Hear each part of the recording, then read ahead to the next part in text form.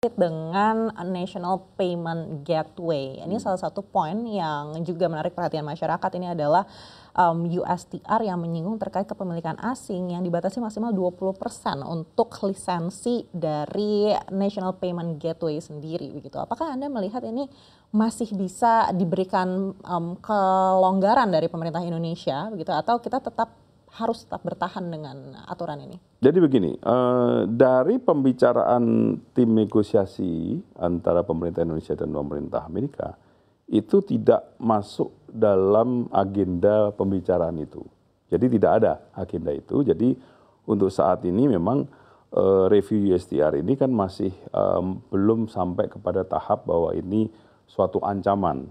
Karena kalau itu suatu ancaman tentunya pemerintah Amerika sudah memasukkan itu dalam negosiasi untuk ada perubahan itu. Jadi ini kan masih merupakan suatu indikator daripada USTR terhadap hal-hal seperti ini. Karena bagaimanapun juga mungkin hingga saat ini sistem payment gateway ini di Amerika kan belum sampai untuk masuk kepada Indonesia. Jadi ini makanya belum tersentuh dalam sistem dalam kemarin mekanisme waktu perundingan itu. Jadi saya kira ini review yang ya boleh-boleh saja mereview, tetapi kan yang review itu apakah memang betul, apakah memang sudah 100% sama dengan hasil reviewnya. Karena kan kadang-kadang mereview itu kan hari beberapa hal yang hanya review, tetapi reasonnya apa, terus kemudian company-nya yang akan melakukan seperti apakah memang juga harus seperti itu, nggak ada masalah saya kira. Karena ini kan mekanisme business to business,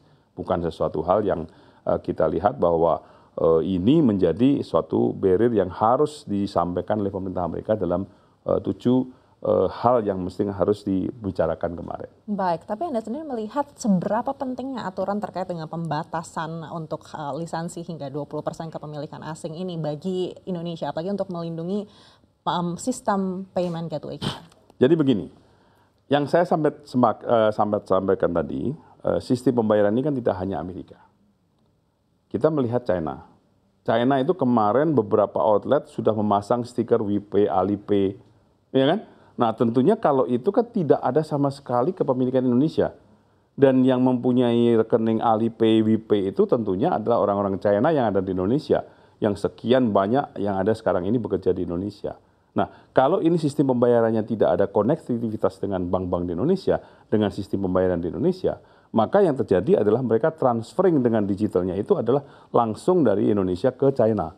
Nah, ini kan kita tidak hanya bicara mengenai masalah ini adalah untuk Amerika, tetapi untuk seluruh dunia ini bisa terjadi, dan ini sudah terjadi kemarin dengan case-case yang ada seperti itu. Nah, ini kan makanya dalam hal ini tidak masuk dalam kategori yang harus dibicarakan dalam pemerintahan Amerika yang kemarin, ya ada 7 poin yang disampaikan oleh delegasi itu. Jadi saya kira kita tidak bisa melihat atau tidak langsung mengatakan bahwa Amerika tidak setuju dengan 20% atau seperti apa, tetapi ini adalah proteksi kita terhadap sistem pembayaran kita dan bagaimana lalu lintas uang yang terjadi antar negara. Nah inilah salah satunya kenapa memang kita ada pembatasan 20% ini. Saya kira ini adalah merupakan sesuatu hal yang ya boleh dikatakan ini protection kepada kita juga, sistem keamanan daripada pembayaran kita juga. Baik, seberapa besar risikonya kalau ternyata aturan ini bisa direlaksasi secara khusus misalkan untuk salah satu negara? Saya kira kita tidak bisa berandai-andai dulu, karena satu negara ke negara yang lain mempunyai interest yang berbeda-beda dalam hal ini. Karena ini kan, makanya saya katakan ini kan bicaranya adalah bicara mengenai masalah sistem pembayaran yang dari negara satu ke negara yang lain akan berbeda, dan kemudian load-nya juga akan berbeda. Kemudian inilah yang harus kita tidak bisa mengatakan relaksasinya menjadi sesuatu hal yang harus kita lakukan. Tetapi kita straight kepada aturan kita dulu saat ini. Baik, tapi Komisi 11 melihat apakah pemerintah punya ruang untuk melakukan relaksasi pada aturan ini? Atau sebenarnya aturan ini sudah merupakan proteksi yang menjadi dasar untuk keamanan kita? Hingga saat ini, inilah yang menjadi proteksi kita. Hingga saat ini. Kita masih belum melihat ini ke depannya ada sesuatu hal yang memang harus ada perubahan atau ada relaksasi dalam hal ini. Baik, kita tahu banyak juga bahaya seperti money laundering misalnya apabila Yes. ternyata aturan ini tidak Yeah. direlaksasi atau tidak ada Yeah. begitu. Yeah. Tapi Komisi 11 apakah cukup aware juga terhadap bahaya-bahaya tersebut? Iya, pasti kita sangat cukup aware masalah ini karena selain hal ini juga yang mesti harus kita pikirkan bagaimana money changer.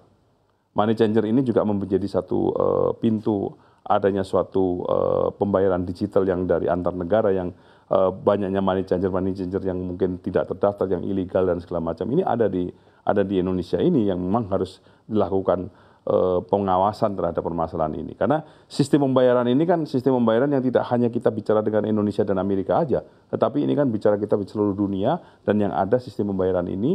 Dan kalau kita bicara money laundering tidak hanya di Indonesia saja. Di Indonesia dengan China, justru yang lebih banyak kan beberapa negara-negara ini yang kita anggap bahwa ini akan terjadi bisa potensi untuk adanya money laundering ini. Baik, tapi Komisi 11 sendiri melihat apakah memang ada aturan sistem pembayaran dari Indonesia ini yang terlalu ketat untuk perusahaan-perusahaan asing? Saya kira kalau kita bisa terlalu ketat, ya kita bicaranya ini adalah sesuatu hal yang memang harus diawasi ya.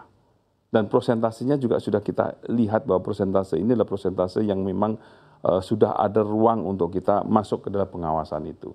Minimal dengan sistem pengawasan itu 20% kita sudah bisa mengawasi itu. Baik, artinya kalaupun ada negosiasi dengan pemerintah Amerika Serikat ini di luar dari sistem pembayaran yang mungkin bisa direlaksasi.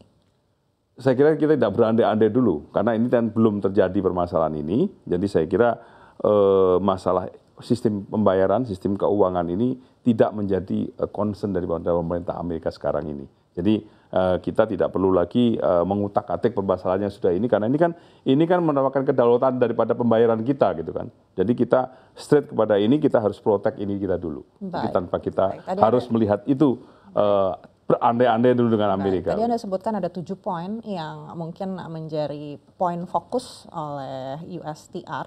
Lalu dari poin-poin tersebut yang mana yang menurut Anda ini bisa menjadi peluang besar untuk kita? Jadi begini, sebenarnya beberapa poin itu kan poin yang satu adalah ya mengurangi pajak dan biaya masuk impor untuk semua barang yang dari Amerika, itu menjadi satu poin juga. Tapi ini sebenarnya ya lebih banyak kepada poin-poin yang bagaimana kita lebih terbuka dalam perdagangan dengan Amerika. Dan kita memberikan ruang yang memang dulu Amerika dalam masalah akan melakukan perdagangan dengan Indonesia ini ada beberapa hal yang memang menjadi hambatan-hambatan. Jadi lebih kepada real real market ya, karena bicara mengenai masalah komoditi-komoditi yang langsung begitu kan, bukan komoditi-komoditi dalam hal ini seperti keuangan ini kan lebih kepada capital market. Kalau ini kan kita bicara mengenai komoditinya. Jadi ini beberapa hal yang memang harus kita lakukan relaksasi di situ. Jadi kalau kita bicara seperti ini ya beberapa hal produk-produk dari Amerika tentunya akan diberikan ruang untuk bisa masuk ke Indonesia, tapi tentunya hal-hal seperti ini menjadi pembicaraan kita selanjutnya. Salah satunya yang sudah dilakukan adalah import daripada minyak yang dari Amerika yang dilakukan oleh pemerintah Amerika ke depannya. Baik,